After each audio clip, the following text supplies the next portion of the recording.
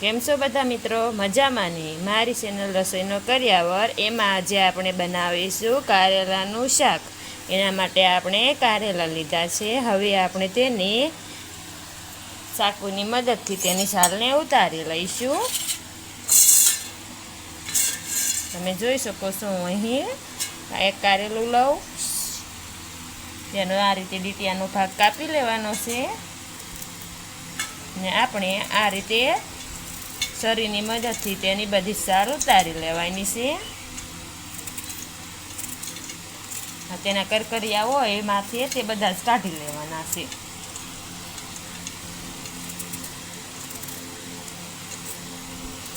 આપણે એ જ રીતે બધા જ કારેલાને માથેથી ના કરકરિયા કાઢી લઈશું તેની છાલ. તમે જોઈ શકો છો આ રીતે બધા જ કારેલાની આપણે છાલ ઉતરી ગઈ છે. હવે આપણે તેમાં આ રીતે બે ભાગ કરી લઈશું. પછી આ રીતે તેમાં આડો શીરો મારી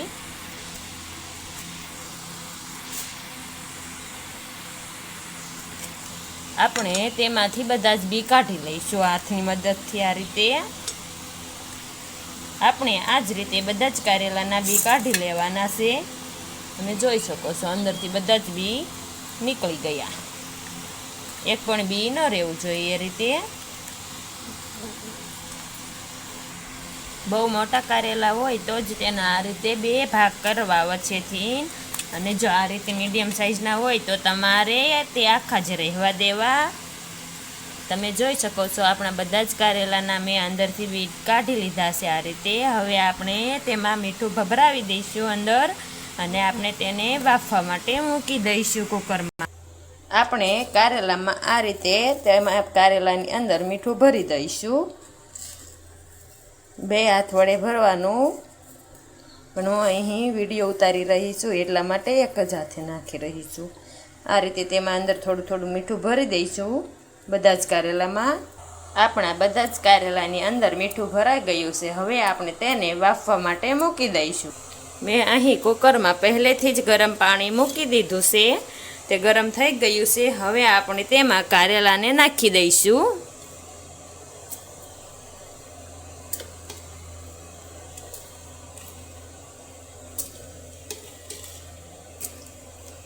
મેં અહીં 1 લીટર જેટલું પાણી ગરમ મૂક્યું છે. તમે કારેલા ડૂબે એટલું મૂકી શકો છો.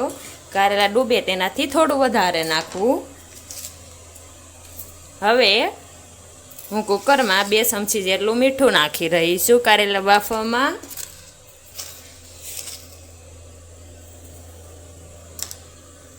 હવે આપણે કુકરનું ઢાંકણું દઈ દઈશું અને તેને બફાવા દઈશું. તેમાં કેટલી વિસલ કરી તે હું છેલ્લે કહીશ. આપણે અહીં 7 થી 8 નંગ કારેલાને ભરવા માટે 2 વાટકી છે ચણાનો લોટ લીધેલો છે.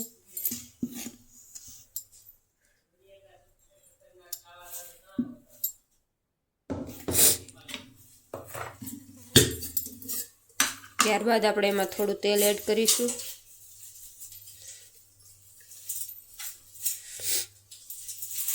અહીં મેં 3 પાવડા જેટલું તેલ છે એડ કરેલું છે.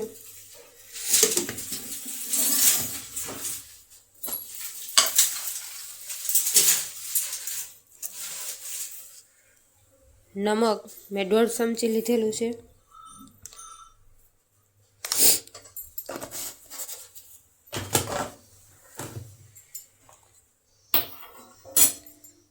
ત્યારબાદ આપણે તેમાં જીરા પાવડર 1 ચમચી, હળદર અડધી ચમચી એડ કરીશું.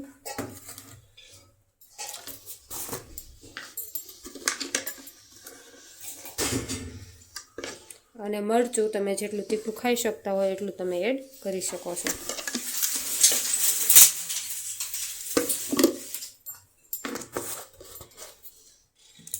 ત્યારબાદ આપણે ગેસ ચાલુ કરીને એને ચડવા માટે મૂકી દઈશું.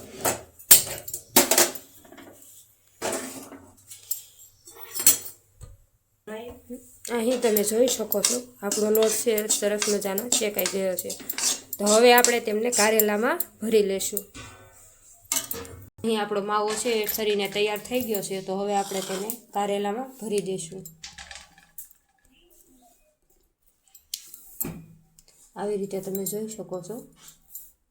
આપણે ભરી દઈશું.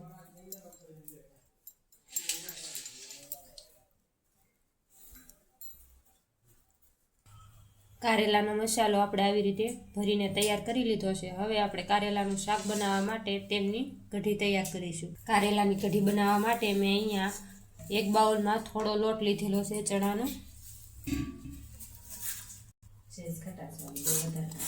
અહીં થોડી ખટાશવાળી છાશ તેમાં એડ કરીશું.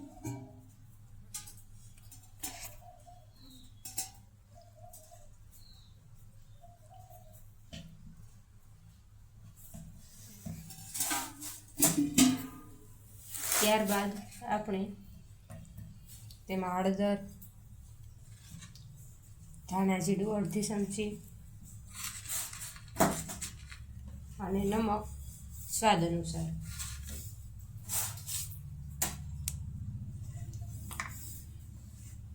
ત્યારબાદ આપણે તેમને હલાવી લઈશું.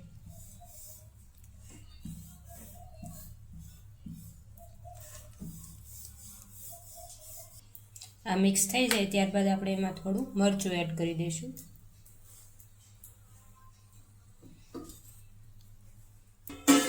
અહીં આપણે ગેસ ચાલુ કરીને કડાઈમાં 3 પાવડા જેટલું તેલ એડ કરીશું.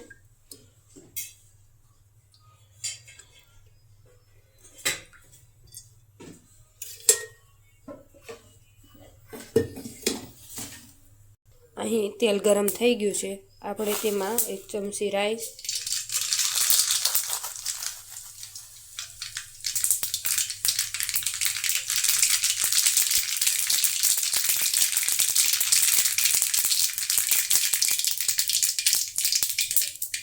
1 ચમચી જીરું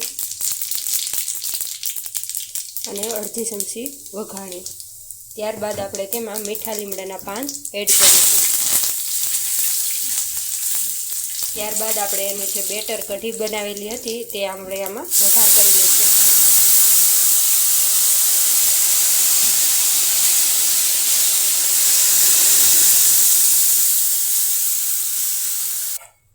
આપણે જોઈ શકીએ છીએ આપણી કઢી છે સરસ મજાની પાકી ગઈ છે. તો એમાં આપણે હવે બધા ભરેલા કારેલા છે એડ કરી દઈશું.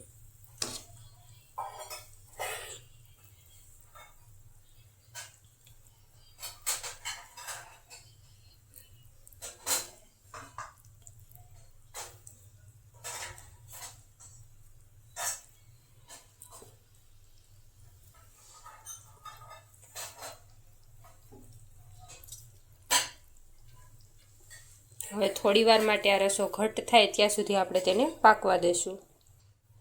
અહીં છે તમે જોઈ શકો છો આપણા સરસ રીંગણા ભરેલા કારેલાનું શાક, જે આપણને દાદી દ્વારા છે શીખવામાં મળેલું છે. અહીંયા સરસ મજાનું ઘાટું છે, તમને ભાવે એવું શાક તૈયાર છે. તો આવી જ અમારી ચેનલને સબસ્ક્રાઈબ કરતા રહો એટલે અવનવા વિડીયો છે તમને મળતા રહે.